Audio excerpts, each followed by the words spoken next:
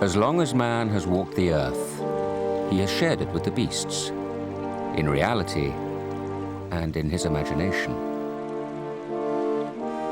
Humans admired the strength and stamina of animals, their secret knowledge and their mysterious ways. Some were even worshipped as gods.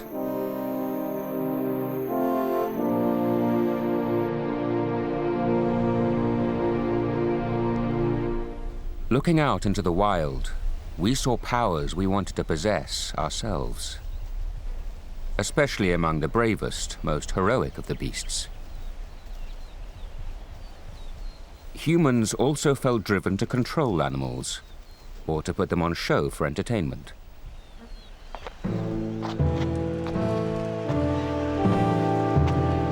"2,000 years ago, the Romans created the extravaganza of the Colosseum.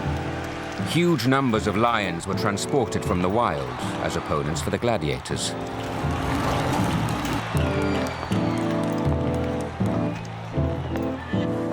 Lions weren't the only animals to enter the arena, but they were the most popular. What greater triumph could there be than conquering the king of the beasts? But the animals were also set against unarmed Christians.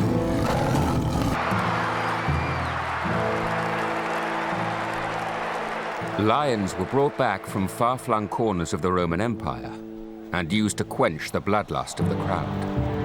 Thousands entered the giant arena to kill or be killed themselves. The Romans marveled at the hunting skills of lions in the wild and paraded them in the Colosseum to get a closer view.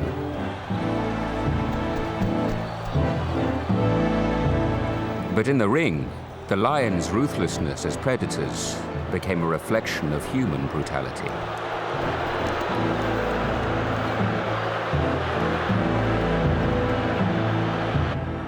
Modern-day France. A smaller ring, but sometimes just as violent. The bullfight, presided over by the matador.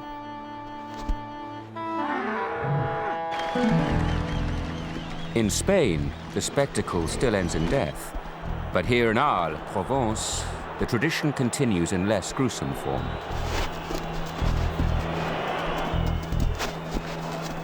In this ancient amphitheater, spectators admire the bull's aggression, while rasateurs, dressed in white, try to pluck rosettes and tassels from its back and horns.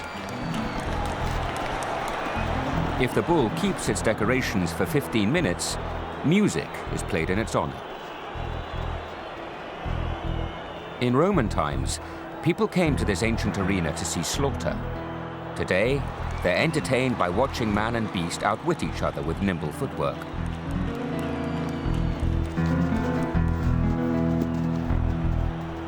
Performers usually live to fight another day. An even smaller arena, but fancy footwork isn't enough. Cockfighting is said to be the oldest blood sport in the world, and it's linked to another favorite pastime, gambling. Fighting cocks use beaks and sharp heels to peck and slash at their opponents. They've often been worshipped for their courage. Today, in the Philippines and many other countries, they're still handled with pride, meticulously trained and groomed for each bout in the ring. A champion is a valuable source of income. Humans also bring animals into their homes for personal rather than public entertainment. At markets like this one in Bali, you can buy almost any creature your heart desires.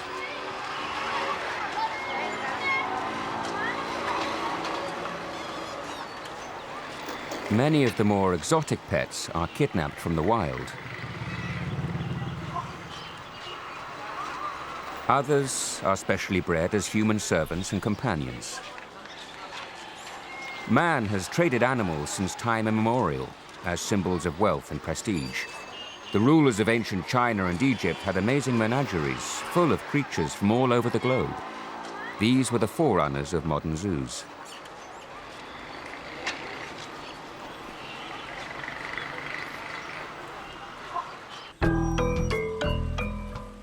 For centuries, fishermen in Indonesia and other parts of Southeast Asia have taken monkeys out to sea to keep them company.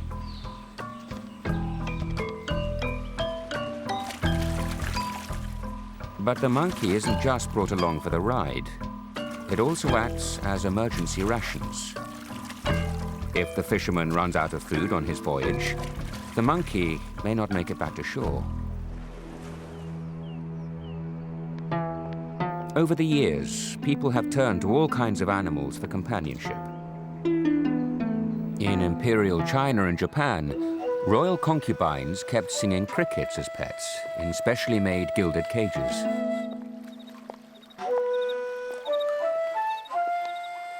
Because the cricket calls in autumn, just before it dies, they felt it echoed the loneliness and isolation of their own lives in the palace.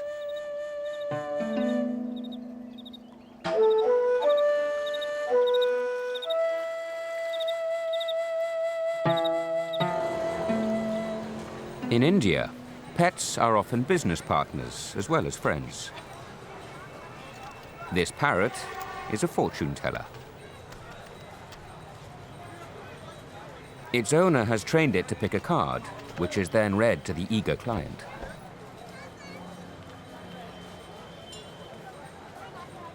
Traveling shows like this bring light relief in places where life is generally hard and mundane.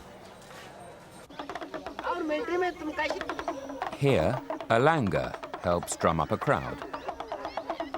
He's an acrobat 1 minute and a soldier the next.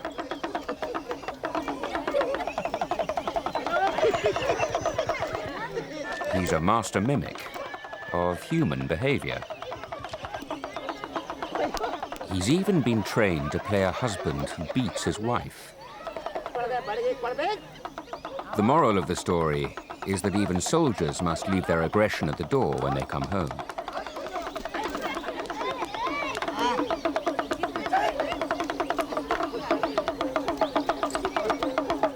Hindus see the lives of man and beast as tightly interwoven and worship certain animals as gods. The monkey god, Hanuman, is the patron god of performers, which is no surprise. Monkeys work for a living in many countries. In Indonesia, pig-tailed macaques are trained to pick coconuts. This festival is a way of finding out who's best at it. It's also great entertainment, the highlight of the coconut picker's year.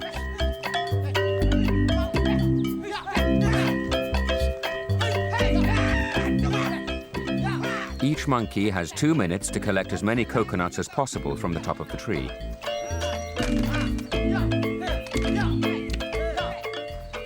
It's got a lot to gain. Successful macaques often live and eat with their owner's family. Time's up, and judging begins. The competitors return to the ground.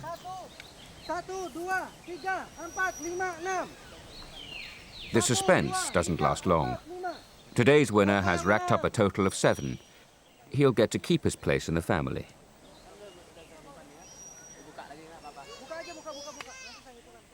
Monkeys are sociable creatures.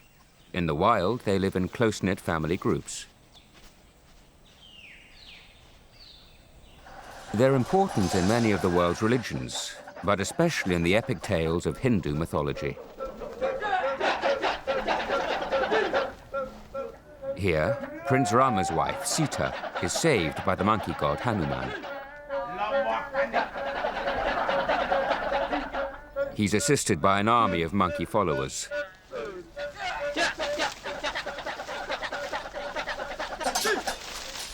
This performance in Bali shows how the evil monkey, Ravana, is finally defeated.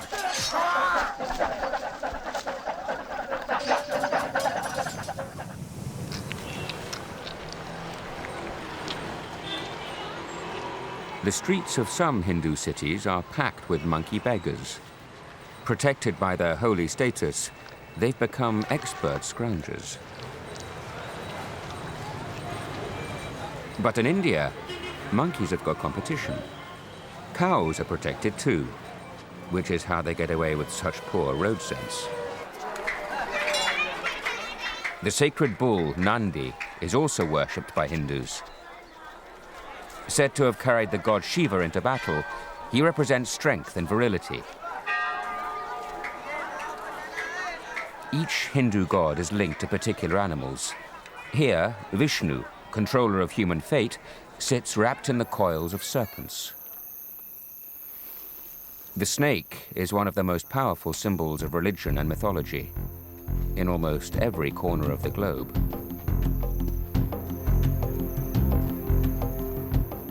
In the Transvaal region of South Africa, the Venda tribe performs the Dumba dance in honor of the python.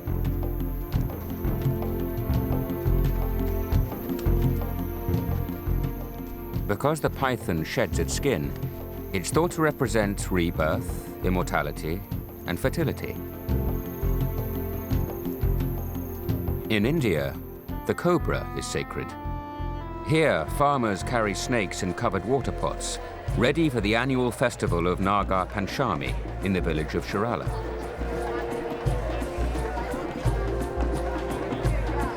Everyone takes part in the celebrations, but the star of the show is the cobra. The snakes are dug up in the wild about a month beforehand and brought back so villagers can pay their respects.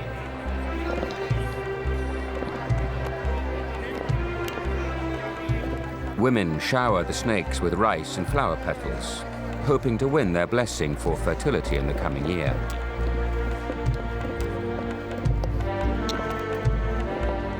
Although cobras are extremely poisonous, few people get bitten. Villagers are trained from childhood to handle them. At the end of the festival, the snakes are put back in their pots and taken home, to the exact spot where they were found. By keeping the snakes happy, the farmers try to ensure a healthy harvest and a good supply of sons and daughters. This is the point of the celebrations.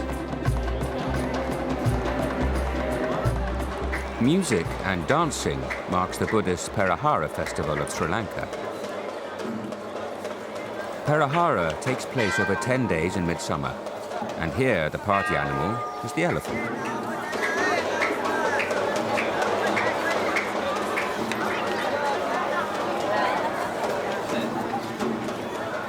Celebrations build to a crescendo at full moon when the lead elephant carries the sacred relic of Buddha's tooth through the ancient capital, Kandy.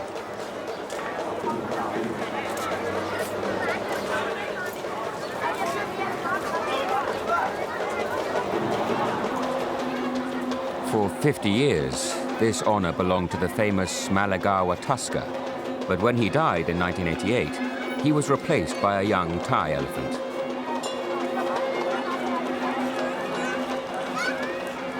Perahara is a dazzling display of light and color.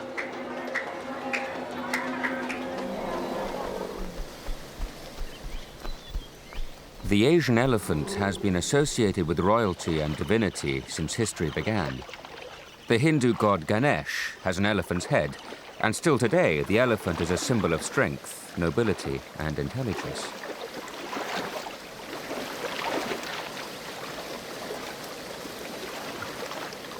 Special elephant trainers, called mahouts, develop a close bond with their animals and learn how to keep them happy.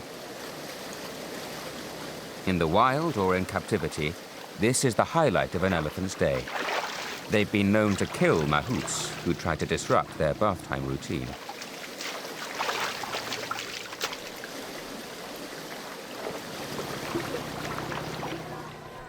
In the 13th century, elephant racing was the sport of kings. Today, mahouts still compete. It's a good way to demonstrate their control and expertise.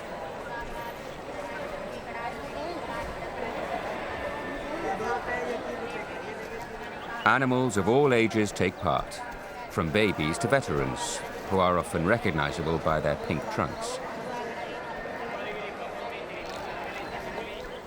As well as being the ultimate symbol of size and strength, the elephant is famous for its memory and is a valuable ally to humans.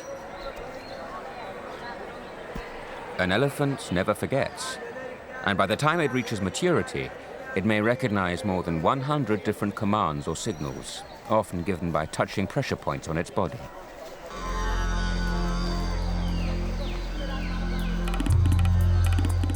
Elephants aren't famous for their speed, although if angry, they may charge at 25 miles per hour. Elephant racing is more about a show of elephantmanship.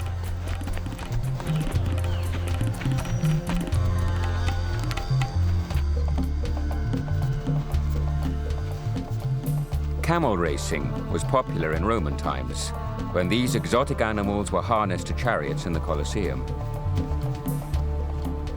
In modern-day Dubai, the so-called ship of the desert is saddled and used both to get from A to B and for sport. Racing began as a way to measure a camel's speed and stamina, to see how much it was worth. It's still big business. The camels are ridden by child jockeys, sometimes as young as 5 or 6. No gambling is allowed in Arab countries, but for the owners, stakes are high and there's plenty of drama.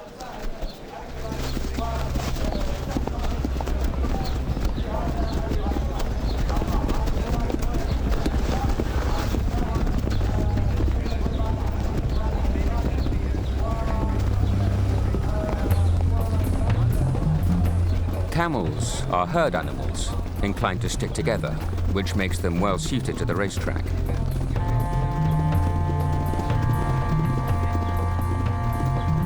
They're not natural sprinters, however.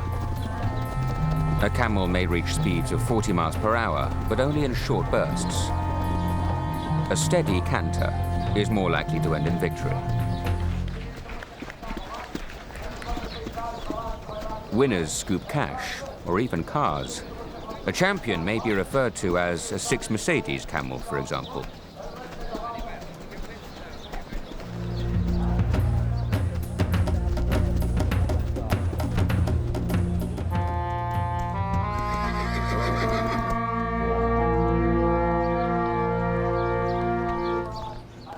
Camel racing is popular, but it's nothing compared to what goes on inside this stadium. The real passion of Dubai is horse racing.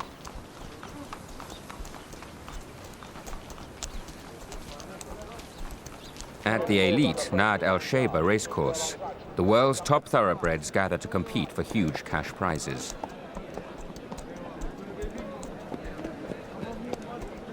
Races take place in the cool of the evening, and again, no betting is allowed. But here, that's not the point. This is the home of the world's richest race, the Dubai World Cup, where prize money totals around $5 million. Suddenly, camel racing starts to look a bit lame. The jockeys' colors date back to Roman chariot racing, when spectators wore the colors of their favorite charioteer. 2,000 years on, the chariots have gone, but the suspense is just the same, especially if you've got a fortune riding on the winner.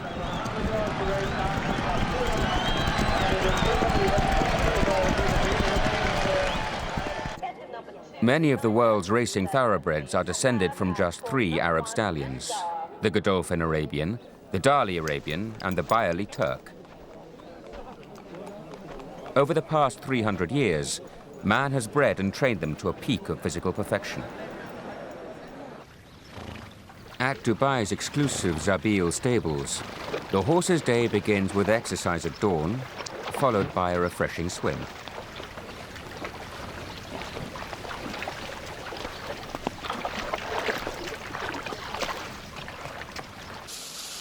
Thoroughbreds are beautiful, but temperamental animals. They need expert handling. Their thin skin is extremely sensitive to the touch.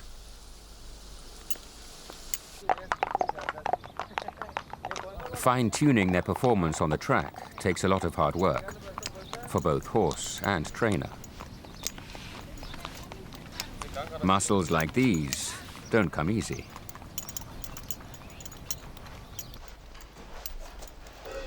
A thoroughbred is only half Arabian, but pure Arab horses, famous for their fiery nature, suit a different kind of competition. On the show jumping circuit, man and beast perform as one, as do woman and beast.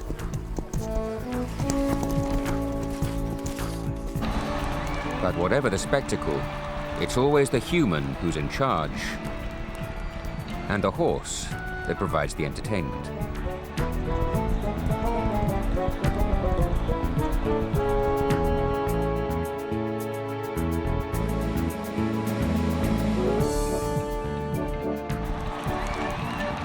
The circus ring demands a special kind of training expertise.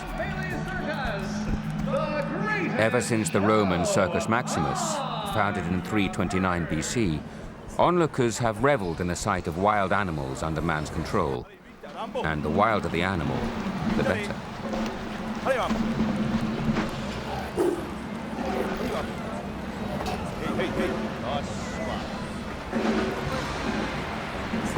Saber! Chimpanzees dressed as humans are traditional circus favorites. And so is the dancing bear. Forcing a wild bear to dance or even ride a bicycle may now seem a strange kind of entertainment. But ever since the Middle Ages, many a traveling showman has made a living from it. Chimps became figures of fun. Fun for the audience, that is.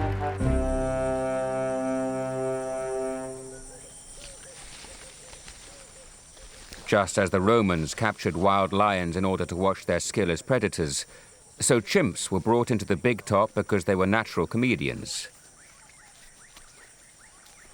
Their similarity to humans only made them more hilarious.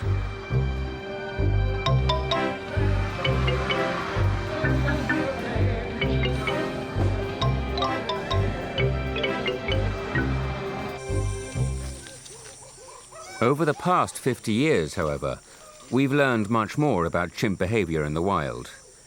Behavior just as amusing as anything we see them do in the ring.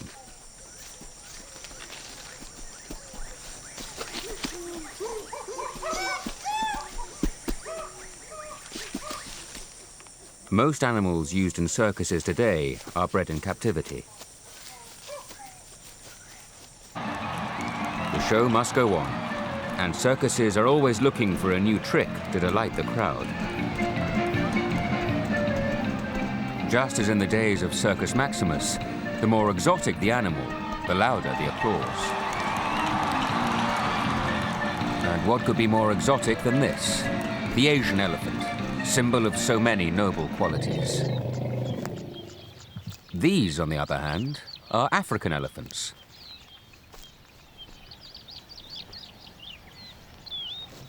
They're just as exotic as their Asian counterparts. They're not less cute or less intelligent, but they don't often appear in circuses. They just don't have the same history of religious and ceremonial use.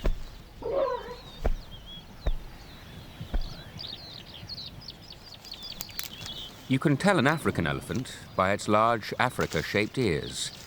It also has a different shaped head to Asian species, and both males and females grow tusks.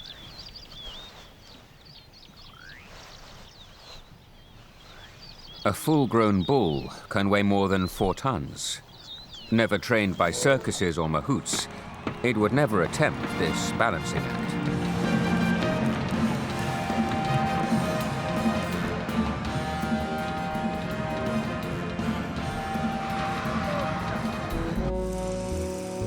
In the early 20th century, the silver screen brought animal actors to an even larger audience.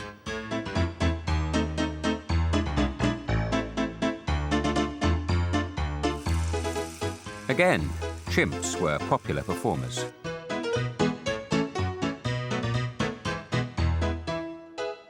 But what the audience, and even the trainers, didn't know was that some of their specialities were actually based on natural behavior.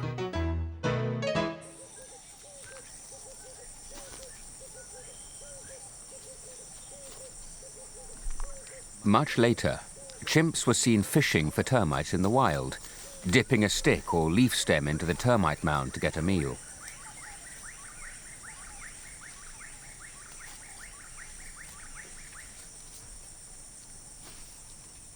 But no one knew about this until the 1960s, when Jane Goodall began her study of wild chimps in Gombe National Park, Tanzania.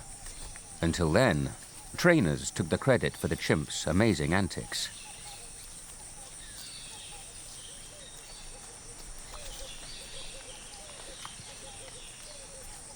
Looking back, we can see that many routines animals were trained to perform in captivity were actually an adaptation of their behavior in the wild. For the ostrich, that includes pecking and chasing.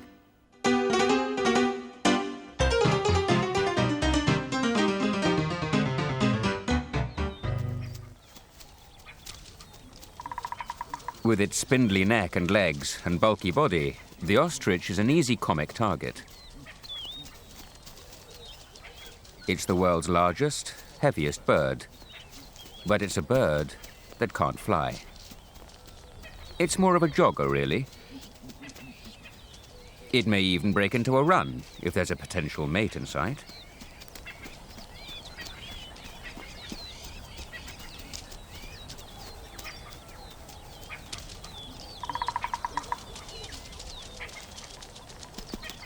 The male ostrich literally chases the female into submission.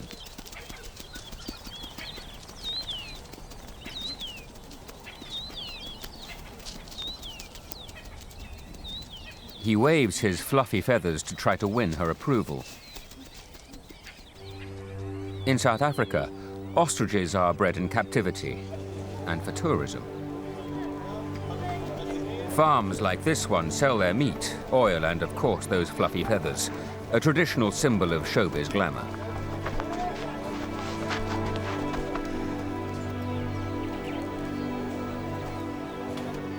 They also hold ostrich races for the visitors.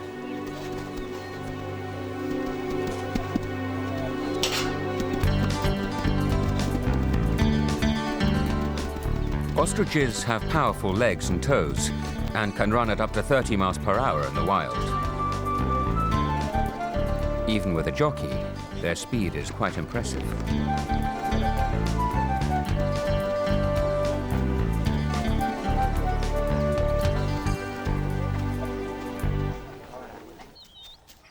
Meanwhile, the wild male changes tactics in an effort to impress his mate. He's tried every trick in the book, but nothing seems to be working.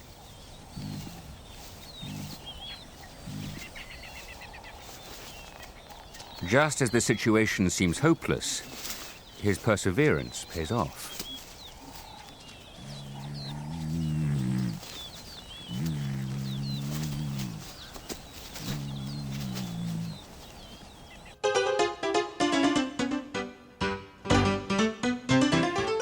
A day at the races is popular everywhere.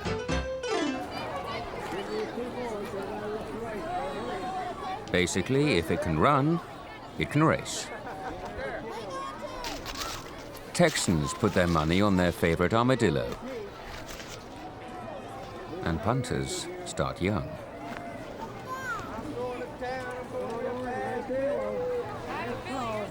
It's probably more fun for the spectators than the contestants. But if the armadillos tire of the spotlight, they're often released back into the wild.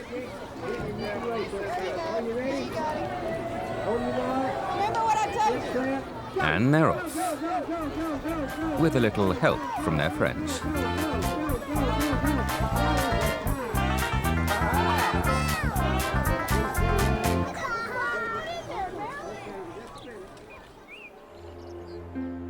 Animals influence almost every aspect of our lives, including the vast arena of our imagination. In childhood fairy tales and adult folklore, Some creatures are always on the side of good, symbols of innocence and wisdom to guide us through a perilous world.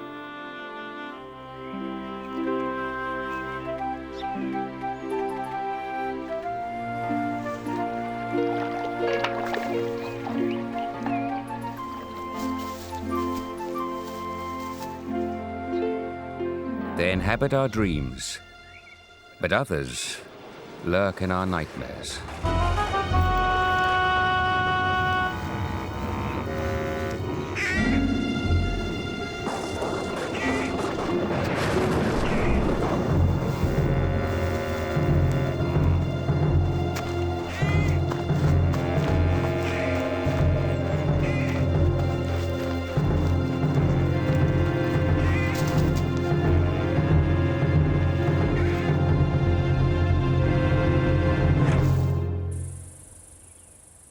Snakes represent man's deepest, darkest fears, and it's easy to see why. By showing he can control such a creature, man tries to conquer these fears.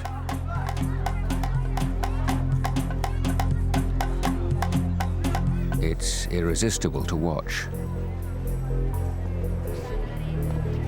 Even in Eastern cultures, where the snake is often sacred, man's urge to prove he's not afraid seems overwhelming.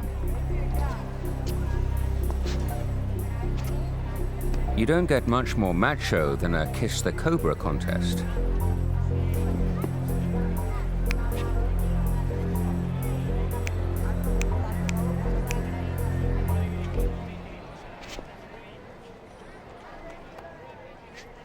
Of course, it's this daredevil element that draws the crowd, and lines the performers' pockets too.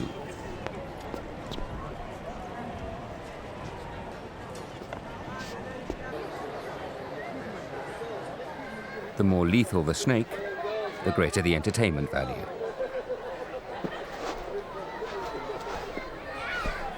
The krait is one of the deadliest snakes in Southeast Asia, especially with its fangs intact.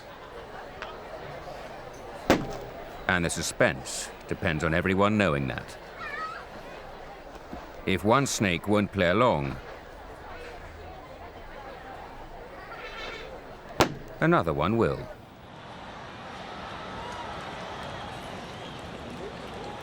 Texas isn't just the home of armadillo racing. The rattlesnake roundup also provides fun for all the family. The idea is simple. You fill a bag with as many rattlesnakes as possible in the time allowed. Just like in Kiss the Cobra, the danger is the main attraction.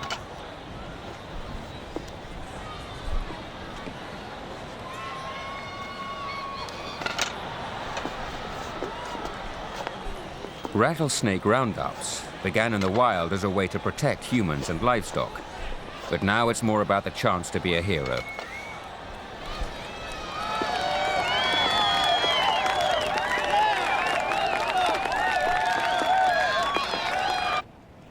Not everyone walks away unscathed, but the bravado never wavers.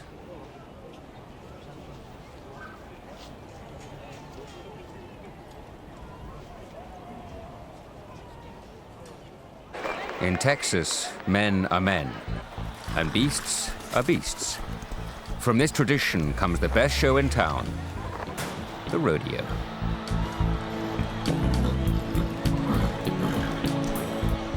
Again, whatever the action in the arena, it's the risk that is the real crowd pleaser.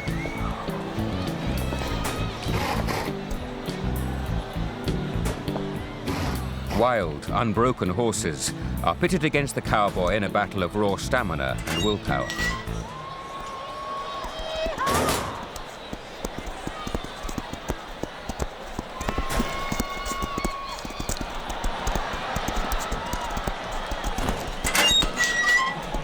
The horses aren't used to a rider, or to tight straps around their chest and belly. While the crowd admires the rider's horsemanship, the bucking bronco is simply trying to break free.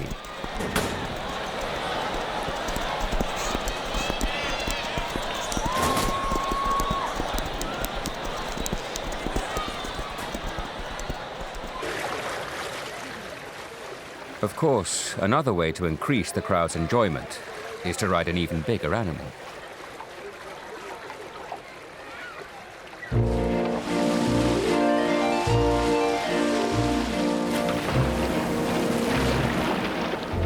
Despite their size and fearsome reputation, orcas, killer whales, are intelligent enough to carry out delicate maneuvers.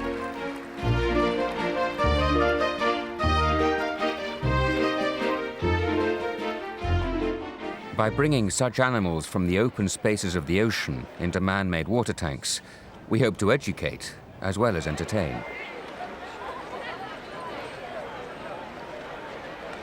We do value this experience, but it comes at a price. Freedom. The freedom of those on show in our flooded coliseums.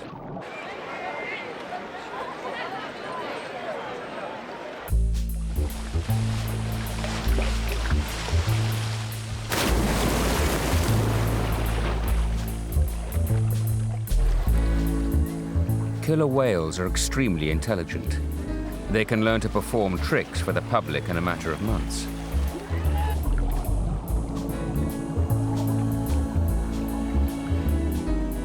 But in exchange, they lose years of natural behavior in the wild.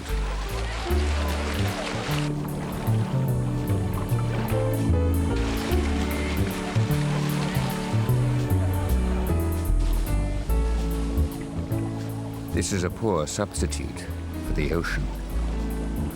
On the other hand, a front row view lets people feel a connection with the animal that often isn't possible any other way. If entertainment gets people interested in protecting wild orcas, perhaps it's worth the sacrifice of those in captivity.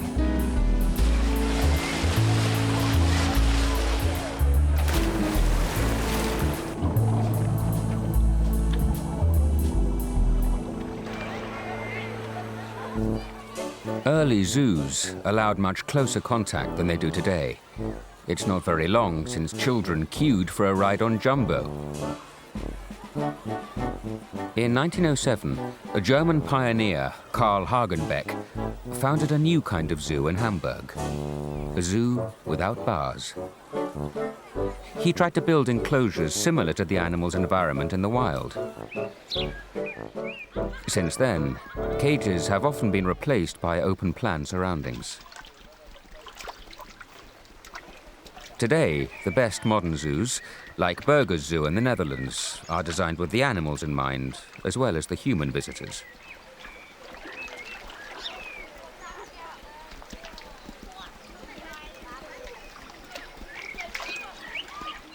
It's a difficult balance. For some wild animals, recreating natural living conditions is virtually impossible.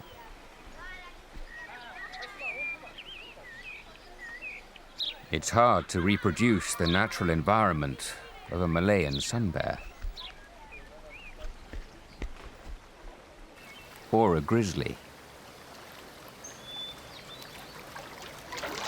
In the wilds of North America and Canada, grizzlies usually roam alone, except in summer when they gather to feast on migrating salmon. The people who come to see them feel privileged to enter their world, their arena.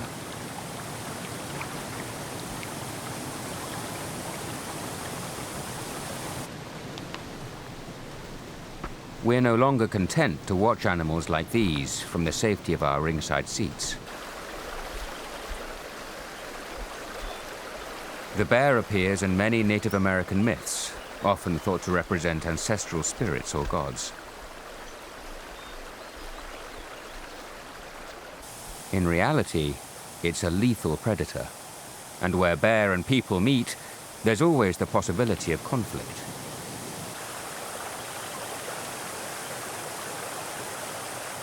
But for a view like this, more and more of us are willing to take the risk.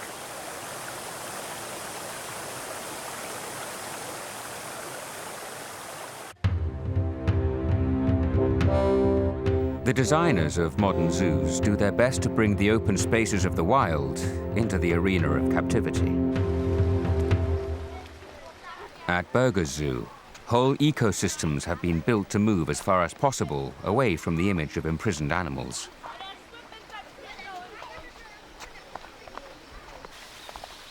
Berger's Bush, for example, is an entire rainforest created inside a glass bubble the size of a football pitch. Here, birds, insects, mammals and reptiles are free to wander. If you want to see them, you have to find them first.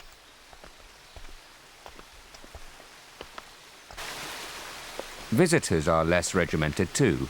The whole experience is more of an adventure.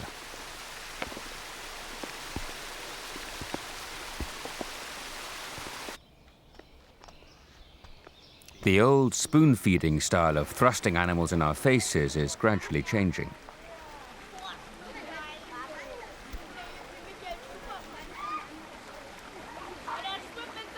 In the future, we'll have to work harder for our knowledge and amusement.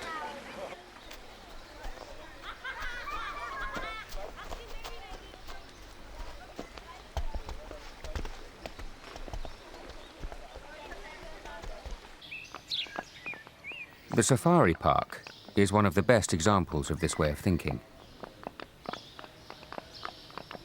Here, people are being retrained to step back and give the animals breathing space.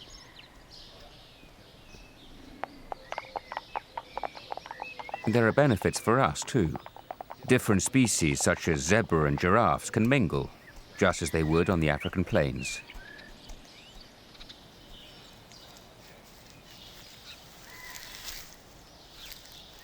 It's not perfect, but it's a big improvement on the early zoos.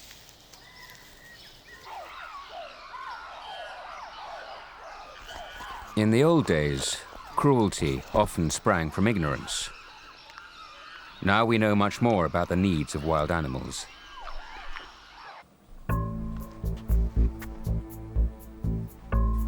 Another important aspect of the modern zoo is conservation. Breeding endangered animals in captivity, sometimes to increase populations in the wild. These orphaned baby orangutans were stolen from the wild for the illegal pet trade.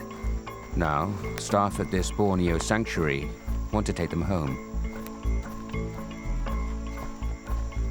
But there's one big problem. In captivity, the babies have forgotten how to climb.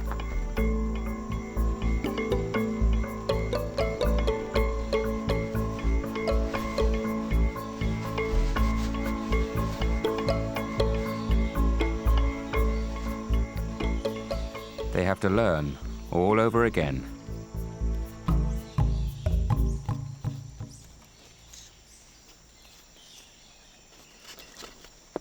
Once the young orangutans have learned basic survival skills, they enter a sort of jungle halfway house before being released back into the wild.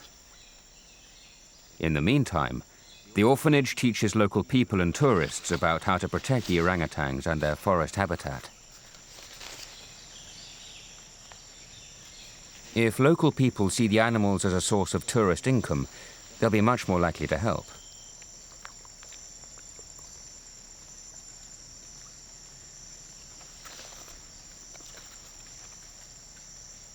We've come full circle.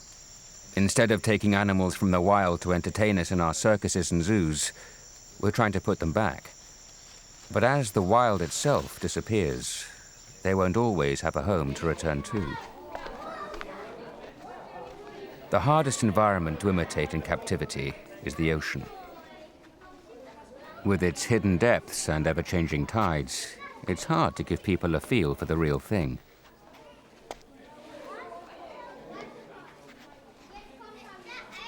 In fact, some would say it's impossible. The only way to truly experience the underwater world is to get wet.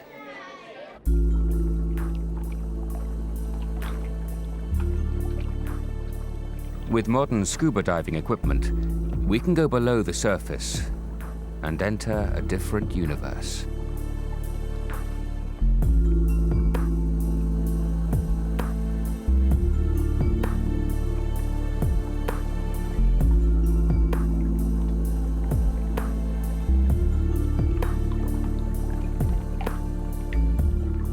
On just one coral reef in the Bahamas, thousands of exciting discoveries are waiting to be made.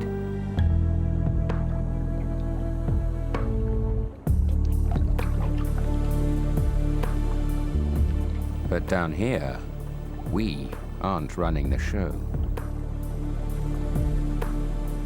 In the arena of the open ocean, we are the vulnerable ones, and we enter at our own risk.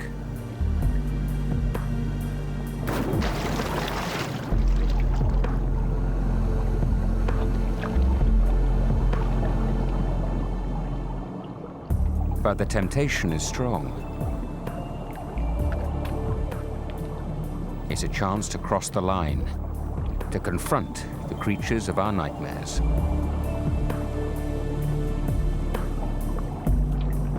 Shark feeding is becoming more and more popular among tourists in the Bahamas and elsewhere.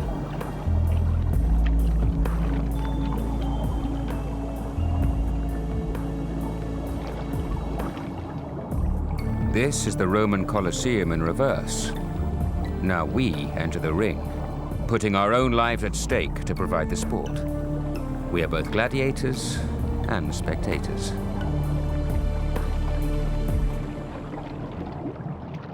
The sharks become used to their daily handout. It can trigger an unnatural feeding frenzy, but it also encourages them to breed.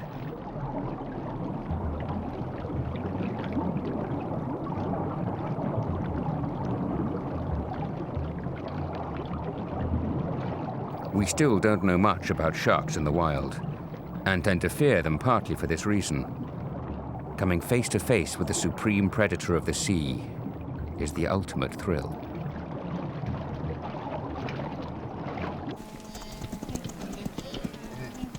The same idea drives us to visit the wilds of Africa on safari.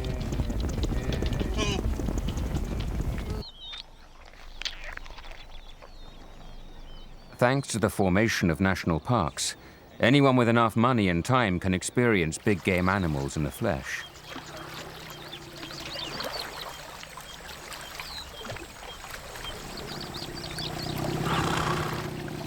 These elephants were captured in Botswana and trained to give tourists an even better view.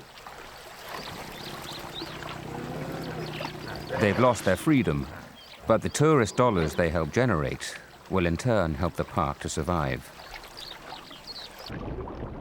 Animals like this were once fair game for hunters. Now they're tracked by TV cameras instead of guns. Believe it or not, this is the most dangerous animal in Africa, responsible for more human deaths than the elephant, crocodile, or lion. Which makes filming hippos a question of being very brave or very foolish.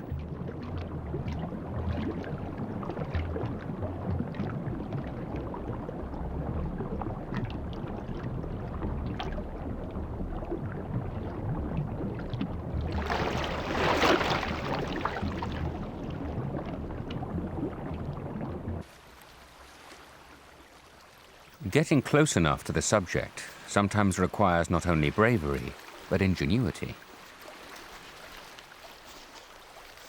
The world's best wildlife cameramen will go to any lengths to get a stunning piece of film. Contraptions like this may look like a case of boys and their toys, but they might just work. You just got to get in there and see.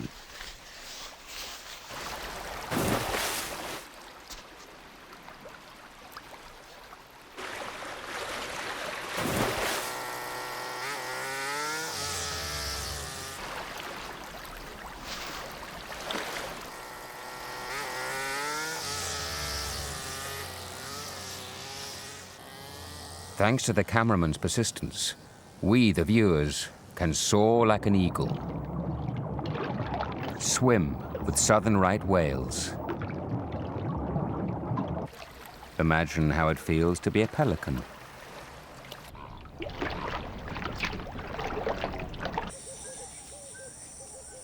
The camera brings us experiences we could otherwise only dream of.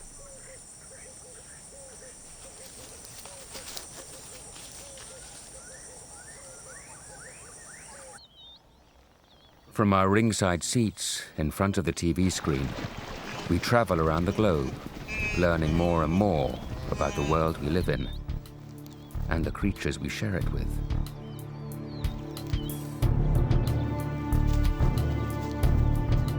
When the show's over, let's hope we've gained a little more understanding of man and beast.